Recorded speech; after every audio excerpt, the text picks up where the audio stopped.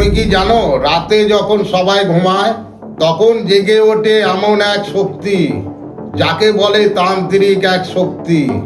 শ্মশান, নদীর ঘাট, নির্জন মন্দির, এই জায়গাগুলো শুধু ভয়ঙ্কর নয়, এগুলো শক্তির দরজা।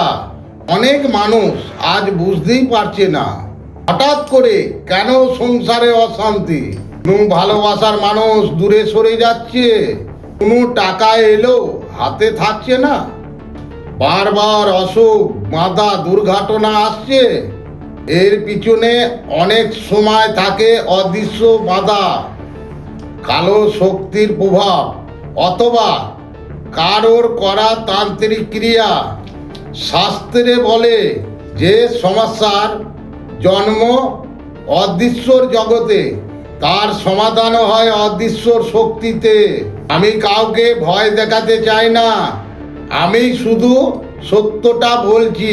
যদি তোমার মনে হয় তোমার জীবন হঠাৎ বদলে গেছে, যদি মনে হয় কিছু একটা ঠিক নেই, তাহলে চুপ করে কষ্ট সহ্য করো না।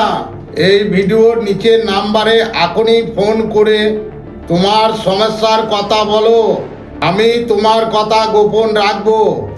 সমস্যা শুনে তারপরে বলবো কি করা দরকার।